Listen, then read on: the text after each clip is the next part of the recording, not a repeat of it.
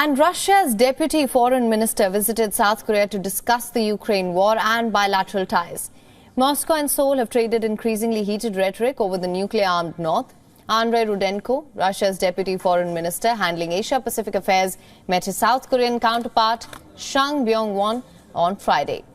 Chung expressed Seoul's grave position on Moscow's growing military cooperation with Pyongyang, and as per a statement from the South Korean ministry, Seoul urged Moscow to take responsible actions. This visit comes a day after Moscow said heightened tension on the Korean peninsula was primarily due to the brazen policy of the United States and allies, including South Korea and Japan. South Korean President Yoon Suk-yeol recently described North Korea as the only country in the world that has legislated the preemptive use of nuclear weapons. Calling Yoon's remarks blatantly biased, Russian Foreign Ministry stated South Korea may turn out to be no more than a small bargaining chip in Washington's geopolitical games. Spokeswoman Maria Zakharova said, and I'm quoting here, Seoul doesn't seem to realize that the United States' leading position is irrevocably becoming a thing of the past. Seoul's foreign ministry summoned the Russian ambassador to protest these comments. Now, the thing is, since invading Ukraine in 2022, Russia has forged closer ties with Pyongyang. South Korea and Washington accused North Korea of shipping weapons to Moscow. North Korea this year also declared the South is its principal enemy and threatened war over even millimeters of territorial infringement.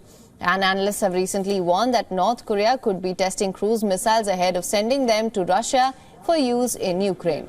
Kim made a rare trip to Russia in September to meet President Vladimir Putin, who is set to pay a visit to Pyongyang in return.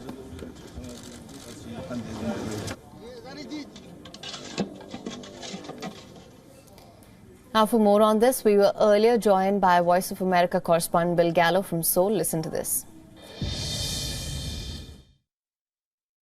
We've seen a lot of Russian-North Korean military cooperation. There's always been a close relationship, but really, since around the invasion of Ukraine, both sides have found it very useful to get close to one another and in rather explicit ways. I mean, you lined out the visits that each side has made to each other's country.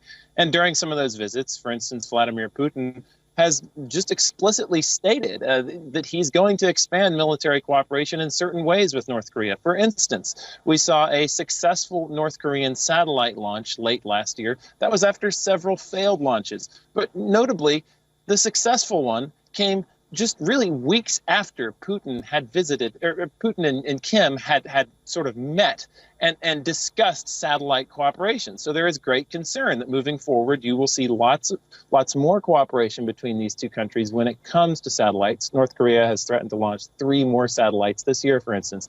Russia could also help North Korea in many ways on its nuclear program, either by providing fissile material or know-how. There's really no limit to the kinds of things that could, expand when it relates to military cooperation between these two sides. And South Korea is very concerned about that.